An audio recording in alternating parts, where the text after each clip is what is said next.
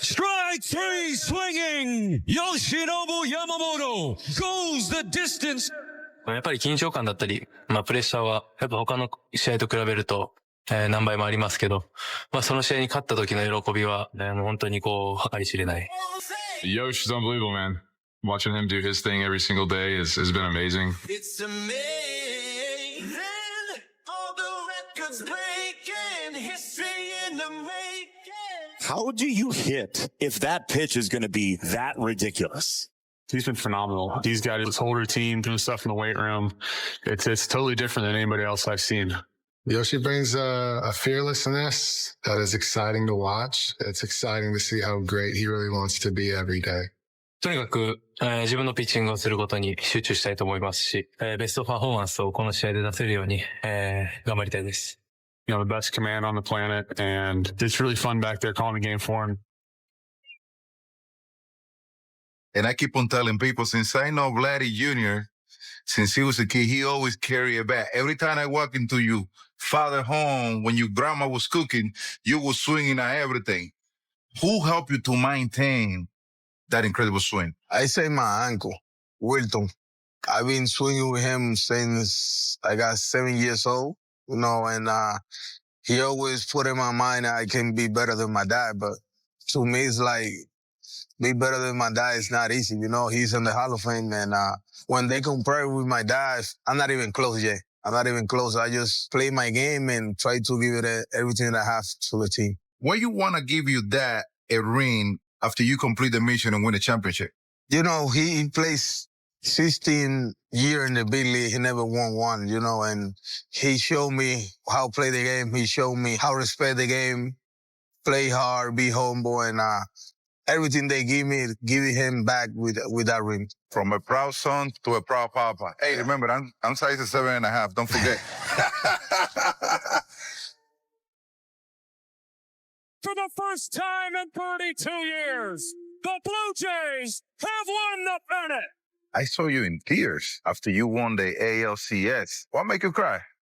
I mean, it's a dream come true, you know. We worked so hard for this point, and I feel happy, and I can't hold on more, and I had to let it out. Vlad Jr., oh, man, what a moment. First time in the World Series. Wow. Statement made by the Jays in Game 1. You are the underdog. What motivated you in this World Series? I say the team, you know, we believe in the shoulder, man. This is like 2004 Boston restaurant. You know, we believe in the shoulder. Everybody knowing here what's the part they have to do to win the game. You know, everybody here is like a family. To us, being in this position right now is amazing. Junior, I'm going to show you some pictures that I have here. See what come to your mind. There we go. You were a little kid right there. Yeah. That is first time I saw this picture. That's my 3 favorite player in one picture, brother. I know you're going to remember this. Yeah. You were older right there. I was older. You winning. I remember you winning the Derby. My boy helping me out. Yeah. Trying to come through. Always. Now, I want you to look at the camera and say with me what we normally say. Go. 1, 2, 3. Die, Yankees lose. Yamamoto was great this year. He led LA in all 3 Triple Crown categories, but he was on another level away from home. One of the lowest opponent averages in history. Some impressive names on this list as well. Yeah, if you include the playoffs, he's got a 2.04 ERA on the road this year. He's been sensational, healthy, over 30 starts. That being said, Dodgers are down in this series 1-0. So what kind of pressure is he facing tonight? Kevin, this will be the most pressure Yamamoto has had in his entire career. He had a similar situation about a year ago today where he pitched game 2, but that was different. They were up 1-0 against the Yankees at home. They're now 0-1 on the road, and this play is going to be a hockey crowd. If you thought this was loud yesterday, buckle up today. But as far as what he has, he is a complete pitcher. He has 6 pitches, 94 to 97 fastball, incredible curveball and split, and he can throw it any pitch, any count. I expect a big game from him tonight. I mean, you're talking about Big Nasty. You know this guy have some of the best stuff in the game.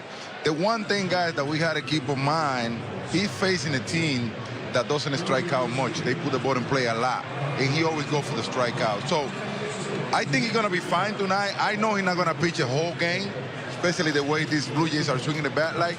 But if I'm him, I will attack the strike zone more than usual because these guys, they don't chase bad pitches. Can we call him Yosh? I saw Kershaw call him Yosh. If Kershaw did it, we could do it. So yeah, Yosh, they need length from him. You know, he's got to pitch a few innings. You need him to go long, but you also need him to limit the big innings, right? You know, you got to give it. Toronto will probably score some runs here or there, but you've got to avoid the big innings. They need LA's offense to score first, so he has to give them an opportunity to let them score first because you don't want a snowball effect where the crowd gets into it and they just keep rolling on offense.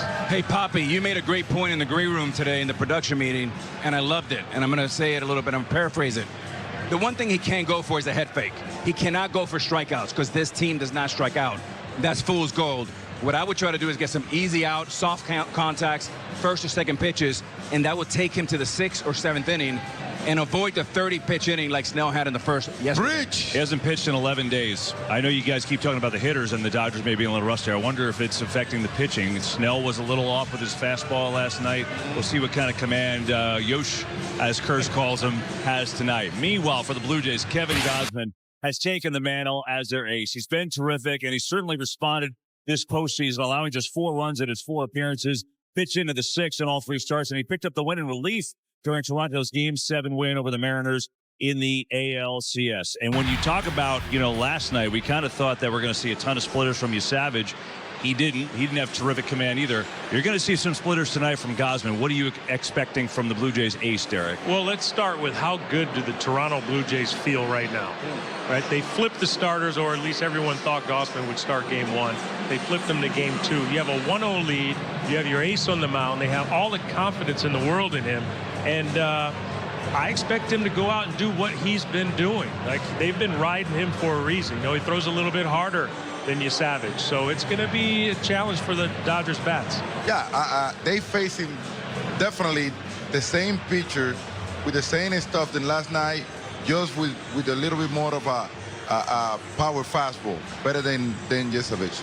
But if I'm the Dodgers, my game plan will be try to let the fastball and the splitter stay up, because if they go back with the same plan last night, they're going to be facing a difficult situation, and they need to start producing. The Dodgers cannot just go along with their pitching staff. They need to start attacking the opposition so they can score some runs and put their starting pitching in a better situation. Yeah, Papa, look, 2 good news for the Jays and Gausman here. Number 1, he's pitching at home, and he's 1-0. But number 2, he's full rested, and he has a rested bullpen behind him. So, not like Yamamoto. He doesn't have to go 6 or 7. If he gives you 5 1/3 or 6, that's a huge win for them. Tonight, unlike Savage, you'll see more fastballs up. And, you Savage only threw 10 splits. I would expect him to throw at least 18 splits tonight and not go to his 3rd pitch, which was a little cutter slider. On your guys' note on the split, opponents 1 for 28 on that split this postseason. So it has been unhittable. So we'll see if they can lay off it. And that's going to be a big storyline here tonight. We know what the big storyline was last night. Addison Barger, yes, he rejected the Big Papi shirt, but come on, guys. He also hit a historic grand slam. And he spoke with Tom Verducci a bit ago. Come on. Thanks, KB. Well, Addison, they've been playing the World Series 121 times, and you happen to do something nobody had ever done before, pinch hit, grand slam, home run. Take me through the preparation and what it felt like when you saw the ball go out. Yeah, so, Donnie told me maybe the inning before to get ready to possibly pinch hit, and so I got ready for the right-hander. And then, obviously, I come in the game, they're bringing the lefty, kind of game plan against him. And I wasn't really thinking anything other than just get a run home. Obviously, I got a good pitch to hit it out, and that was it. It was special. I didn't know it was the first. I didn't know any of that until after, I think a couple innings later, guys told me, like, oh, that's the first pinch hit grand slam in the World Series, and I was just like, that's unbelievable. I don't really know how to or what to think of it so far. Well, let's talk about tonight, because you're in the starting lineup tonight. Yoshinobu Yamamoto, a pitcher you haven't seen before with 6 different pitches. Tell me how the lineup prepares to face a pitcher like that, the approach. I think it's kind of like what we did yesterday. Like, just be aggressive. Obviously, he's a great arm. Work the at-bats and try to get him out of there the best we can. I think that's the end goal for us. Good luck tonight. Thanks, Addison. Thank you. Appreciate it. Back to you, KB. All right, Tom Addison, thanks. Meanwhile, you at home have a shot to win free money during the World Series on Fox Sports app. Playing Super 6, sponsored by DraftKings. One of the questions, which player will have the most hits in the World Series? Jump on and try to win now. All right, he is the hottest hitter on the planet. Vlad Guerrero Jr. taking a trip down memory lane with our guy, Big Poppy. He's my dog. That's an original, an OG dog. That conversation coming next. Will Smith has come back from that hand injury, and he's done what he always does. He hits. Of course, in the lineup, catching for the Dodgers tonight as they look to even this World Series at 1. In Toronto. Let's go, people. Let's go. Got that Dominican beautiful flag over there. Let's go. Welcome to the 2025 World Series on Fox, presented by Capital One. Back inside Rogers Center in downtown Toronto. It's game 2 between the Blue Jays and the Dodgers after the Blue Jays explode in game 1. We welcome inside. Hope you're having a great weekend. Joe Davis and the Hall of Famer John Smoltz. It was as if the Blue Jays said, all right, we know the world's watching. We're going to show everybody everything that we're about. You saw the length of the lineup. You saw the bat-to-ball ability. You saw the power. It's quite a display in the first game. Half the country didn't get to see what they do well. They put on a clinic offensively against one of the toughest left-handers in baseball. Well, how did they do that? Well, it's been all year. The formula is pretty simple. They control the strike zone. They get on base. 11 runs, 8 by the home run. But this is what's most important. Only 3 swing and miss, 4 two-strike hit, and they got on base 9 times with 2 strikes. That is hard to do against elite pitching. If they continue to do that, they could very well hoist the trophy. Well, they're going to have another chance to do it against elite pitching because the guy they're facing today, Yoshinobu Yamamoto, has been awesome. He's coming off the first complete game in the postseason in 8 years. Absolutely. I mean, this is going to be an absolute strength against strength. What the Dodger pitcher does so well, first of all, he can't get a hit off him. Hard to get multiple hits off him. His opponent's batting average on the year, basically nothing. And then when he gets on the road, even better. But here's the key. He is so good in the zone. That's what Toronto does well. That's the strength versus strength. I think for Yamamoto and the Dodgers, not a must win, but it's pretty close to it. And they're going to have to get off to a good start with their offense. And it is a pitching matchup as you fired up for this game. Yamamoto goes for the Dodgers. Kevin Gausman, the ace, goes for the Blue Jays. And for more on him, here's Ken Rosenthal. Thanks, Joe. It took a while, but the Jays finally are at the point Kevin Gausman envisioned when he signed with them prior to 2022. Gausman said when the team was swept in the wild card round his first 2 seasons, it was heartbreaking. And when the Jays finished last a year ago, he likened it to the entire club getting punched in the face. Now, as he takes the mound with his 5th club for his first World Series start, the journey is the reward. Now over to Tom Verducci. Well, thanks, Ken. Shohei Ohtani has hit 6 home runs this postseason off 5 different pitch types. But there is something very similar about all of them. Location. They've all come out of a tiny window close to his body and slightly elevated. Toronto knows that is a no-fly zone. They must keep the ball on the bottom rail and below or the outside corner. Keeping Shohei Ohtani in the ballpark is about playing a game of keep away. Joe. All right, Tom, and it was a ballpark that was rocking like it was 1993 last night. They've been the best home field advantage in baseball all season, and they flexed that in game 1. From the start today, he's had that. He has, and he's done a great job wiggling in and out of. He's throwing a lot of strikes.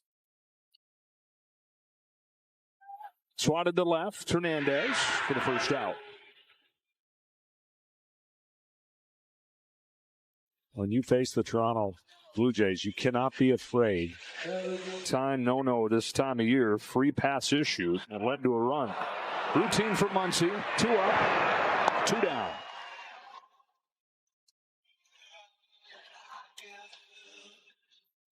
To catch up with the ball in the middle of the plate.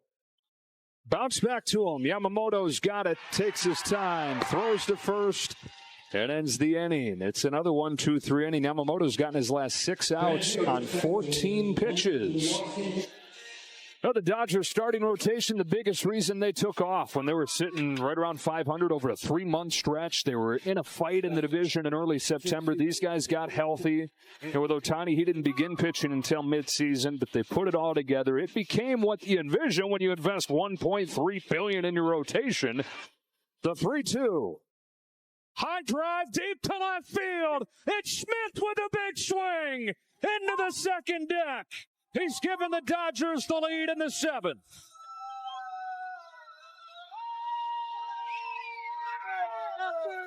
His first extra base hit of the postseason couldn't have come at a better time for LA. And one of the first pitch location mistakes for Gausman. You cannot miss middle in, short arms, compact swing, loves that pitch inside, and he leaked his fastball for the first time in the wrong area. Fastball lifted in the air, deep left field. Lucas going back, opposite field bomb. Max Muncy with a second solo shot of the inning. The Dodgers riding the long ball to the lead in game 2.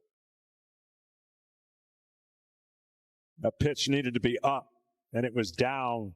And even though he was late, he's strong enough to hit the ball to all parts of the park. Watch where this pitch is. That pitch is that belt high. It needs to be up higher to get that above the barrel of the bat, and he goes the other way. 2 home runs from the Dodgers in the 7th inning, ending the longest postseason start from Kevin Gausman, who had not given up a base runner since the first. He gets a well-deserved hand. But right now, the story, the Dodgers try to get this series back to L.A. tied up. Ground ball to third. Muncy's got it. 1 away in the 7th. Roller to first. Sawed him off. 3-1, 2 out.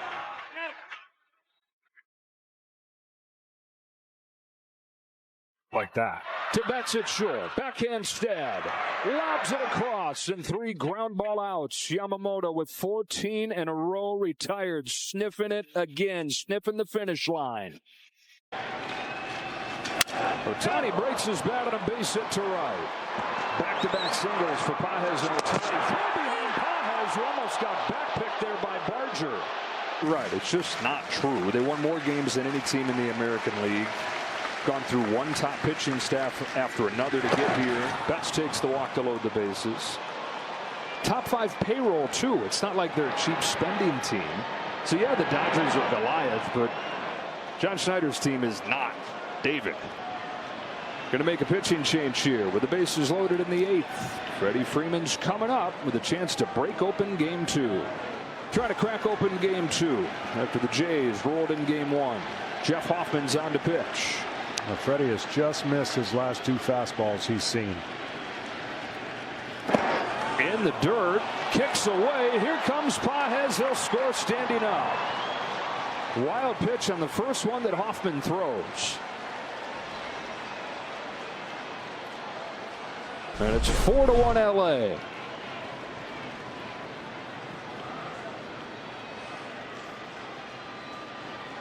Thought there for a minute might have hit him. Yeah.